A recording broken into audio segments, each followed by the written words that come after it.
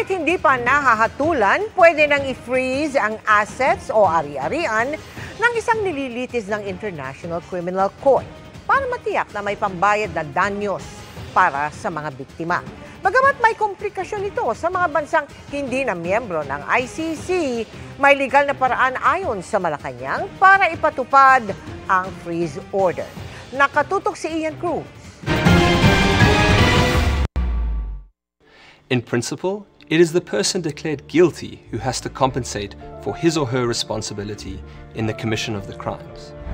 Dahil ang isang nahatulang guilty ng International Criminal Court o ICC ang responsableng magbayad sa mga biktima, kahit gumugulong pa lang ang kanyang kaso ay may hakbang ng i-freeze ang asset o ari-arian ng isang suspect.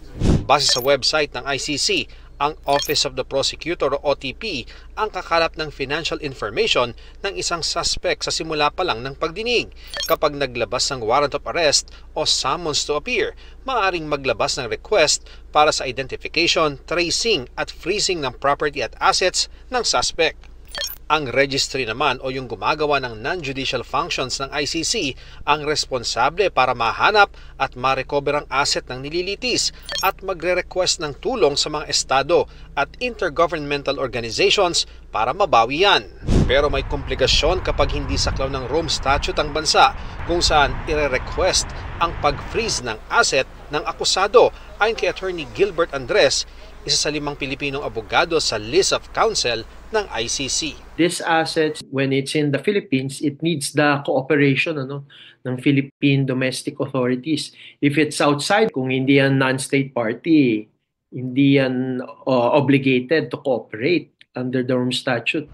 Pero kung may political will umano ang gobyerno, may legal na paraan pa rin para maipatupad ang freeze order kung hingi ng ICC, sabi ng palasyo. Kung ito po ay magkakaroon man ng issue or magbibigay ng order ang ICC, ituturo po natin, ibibigay po natin to sa dapat sa AMLAC kung kinakailangan po.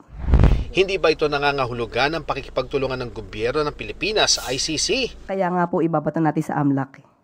But AMLAC is under the Philippine government. Yes, but if there's a need for that, ang AMLAC walang sinisino.